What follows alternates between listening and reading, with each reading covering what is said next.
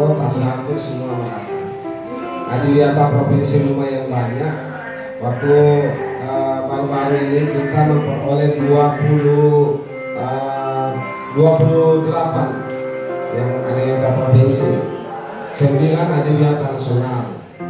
Tapi setelah saya turun melihat, rupanya ini belum melibatkan semua stakeholders pendidikan, lebih pada anak didik dan kepala sekolah, kepala sekolahnya.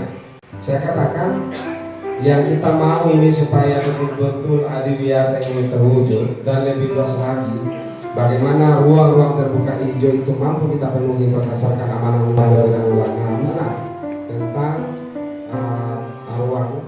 tata ruang, di mana di dalamnya mengamanahkan jumlah ruang terbuka hijau itu harus dipenuhi minimal 30%. Data-data yang ada sekarang ini baru 13%. Maka saya berkesimpulan dan coba mengambil bahwa kita seluruh stakeholders pendidikan harus ambil bagian. Jadi edaran itu juga menyangkut pegawai, Pak.